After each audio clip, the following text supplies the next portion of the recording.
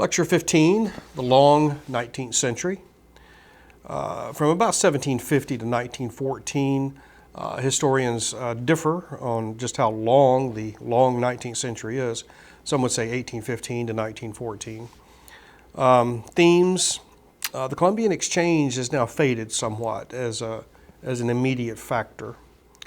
But a similar phenomenon is now going to take place in the Pacific region as Europeans take their culture and their pathogens there. A similar exchange of foods and technologies, religion, etc. Gunpowder empires are no longer a major theme. The world economy is now going to take a new shape with imperialism and with the Industrial Revolution. So, two big developments here that we keep in mind as we go through this. The Industrial Revolution is one, and then because of imperialism, we have this brief but decisive monopoly by the Western powers. So let's talk about this Industrial Revolution for a moment. Here, of course, a shift in agriculture as significant as the earlier shift from hunting and gathering to farming.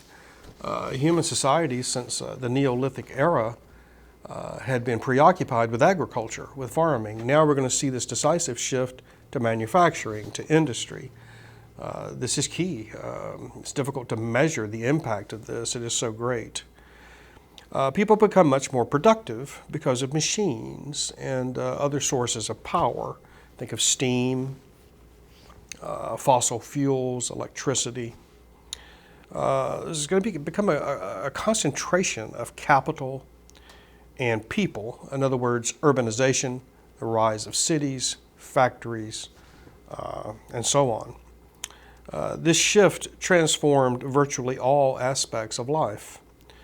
One example, childhood is now redefined from work on the farm to going to school and trying to get an education. The West monopolized this process for a time, even though it is a global phenomenon. The Western powers, their strength, their power is enhanced by this Industrial Revolution. Industrial revolutions remain global because of the worldwide connections to raw materials, cheap labor, and markets. So because the great industrial powers in Europe and in the Western Hemisphere increasingly need cheap raw materials, cheap labor, and then markets to which to sell their products, this creates a web, a linkage and connections across the globe. Remember Wallerstein's world systems theory with its core and then its periphery. Capital, of course, accumulates at the core. Example, local industry in India is diminished as locals can't compete with core factory production. The core can mass produce items much quicker, much greater quantity, and much cheaper than can local artisans scattered around the world, India or China or whatever. Mass production is obviously much cheaper, much more efficient than the individual craftsman. Worldwide demands on other parts of the world to produce food and raw materials in exchange for manufactured goods. Again, the core and the periphery feeding food and raw materials into the core and then having to buy back expensive manufactured items. So the periphery continues to operate an export economy, exporting food and raw materials to the core. The gap between the core and the periphery is widened now. A brief look at Africa here in this Industrial Revolution and imperial age. Africa is a part of this world economy.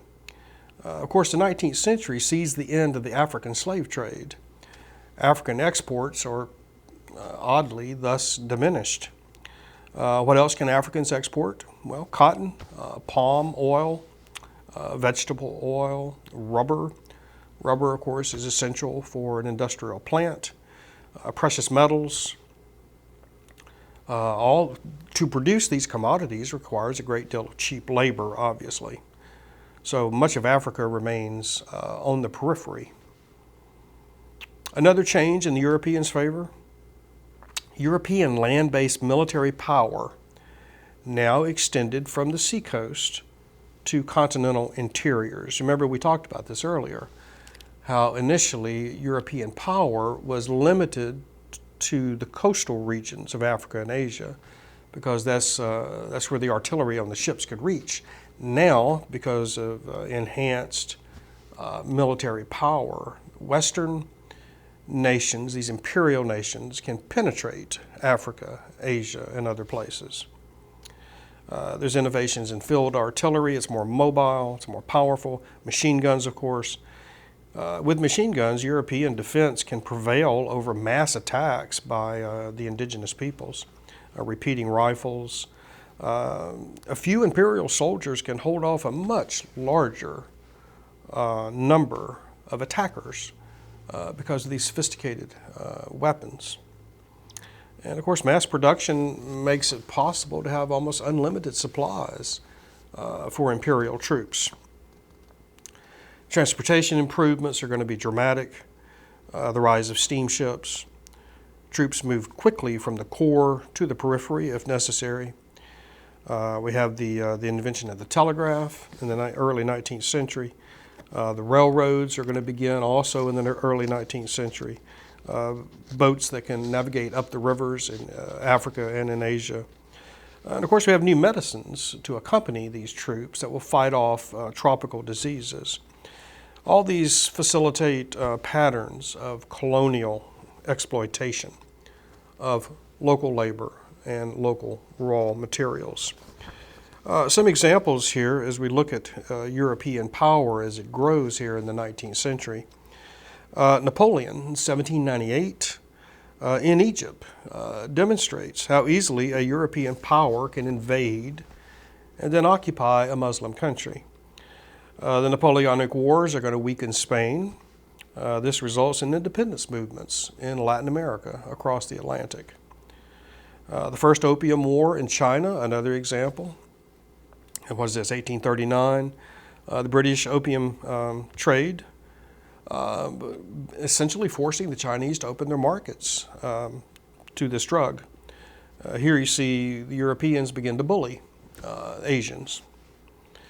1852, the U.S. Admiral Perry opens Japanese markets to Western goods. He does this forcibly.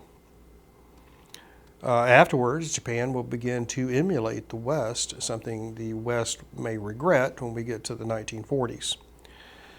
1854, 1855, in Eurasia, we have the Crimean War. Here is a typical conflict between the Turks and the Russians. The British and the French ally themselves with the Turks, and they prevail.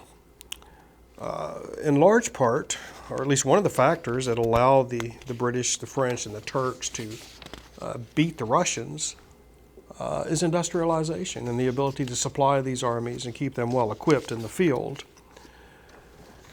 Even with all these advantages, though, the Europeans still cannot hold Afghanistan. That's a lesson we should learn today. Let's make a few comments here about imperialism. It tends to simplify or unify the world economy. Again, the core exploitation of the periphery intensifies the demand for raw materials to keep the industrial plant running. Externality no longer exists. Externality, those portions of the earth sort of beyond the reach of the core, that's gone. There is no place on earth that the core cannot reach. European powers are capable of penetrating any place on the planet. British imperialism makes Parliament a major consumer of clothing and energy, of iron goods, the creation of a sort of military-industrial complex to supply the imperial effort. And then, of course, here in the Americas, we have the southern portion of the United States, or the southern portion of the British colonies. especially after 1790 when the United States is established, and the cotton gin makes the production of this commodity much more profitable.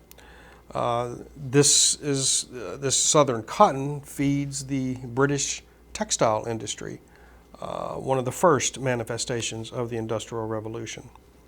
Now, accompanying imperialism and this Industrial Revolution, we have Atlantic revolutions. The United States, Declaration of Independence, in July 1776. Of course, you have the French Revolution, 1789, and then the Haitian Revolution in the 1790s. Half a century later, you have the revolutions in Europe in 1848 and 49.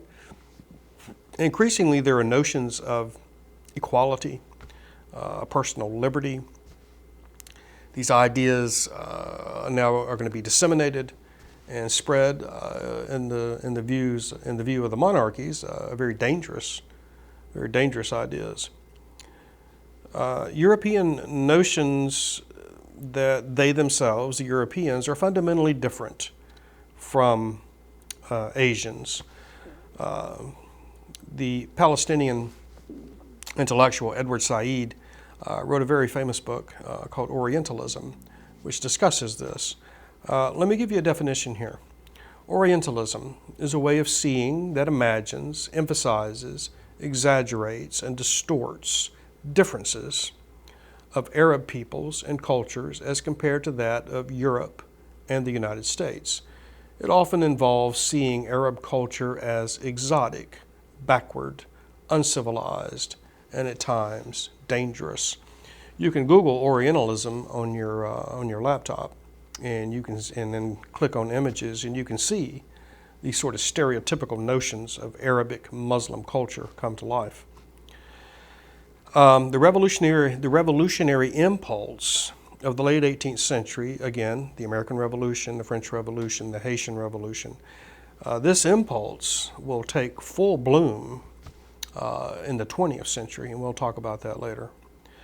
How does the rest of the world respond to growing Western power?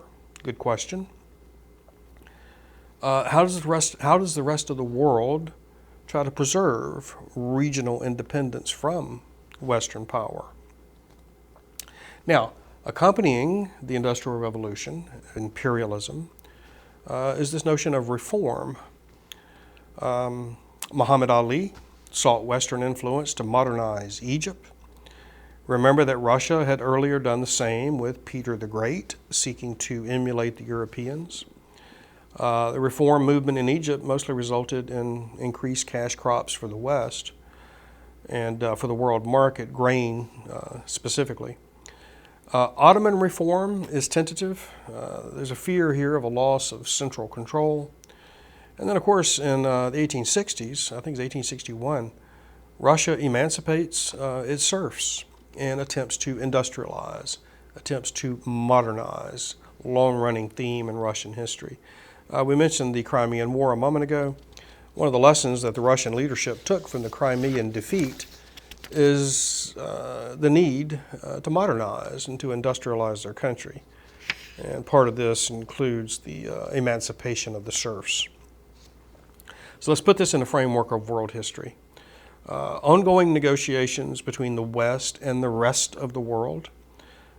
China responds slowly to this reform movement. There are new sorts of international institutions now that had not been seen before.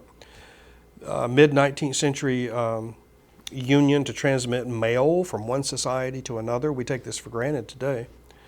The Red Cross is created in the 1860s. There are standards now discussed to try to regulate modern warfare. The transatlantic cable is laid to connect the Western Hemisphere to Europe. The World Court is established at The Hague in the Netherlands. The canals at Suez and at Panama are opened. In the 1880s, we see the emergence of what today we call NGOs, or non-governmental organizations, looking to promote women's rights, to diminish white slavery or prostitution. There's new patterns of cultural conduct around the world now, or cultural contact around the world. An emerging sort of global consumer culture. Soccer spreads worldwide. American baseball shows up in Japan and in Latin America. Some conclusions here. A brevity of Western dominance as it begins to end with the Second World War. So we have a century and a half here or so, maybe 2 centuries, of Western dominance that will be diminished dramatically by the middle of the 20th century. There's a dramatic shift here also from monarchy to republics in the Western world.